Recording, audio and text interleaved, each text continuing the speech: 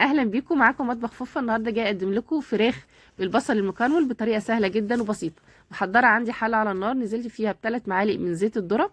عندي بصلايه متقطعه جوانح بالشكل ده، نزلت بيها على الزيت. هبتدي اقلبها لحد ما تبتدي تدبل معايا.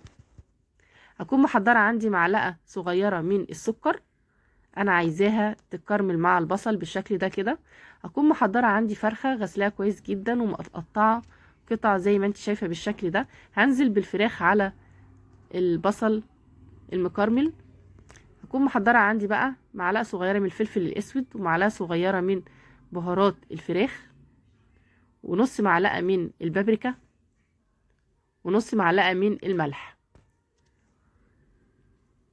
زي ما انت شايفه بالشكل ده. هسيبها بقى لحد ما تبتدي تتشوح معايا وتاخد اللون الذهبي زي ما انت شايفه بالشكل ده. طالعه مش عايزه اقولك الريحه بجد خطيره. اول ما الفراخ تبتدي تتشوح معايا هبتدي انزل عليها بقى بالبصل القوارمه الصغير دوت. البصل ده لما يستوي مع الفراخ بجد طعمها بيبقى خطير. بعد ما الفراخ بقت بالشكل ده، هكون محضره عندي بقى الطاجن.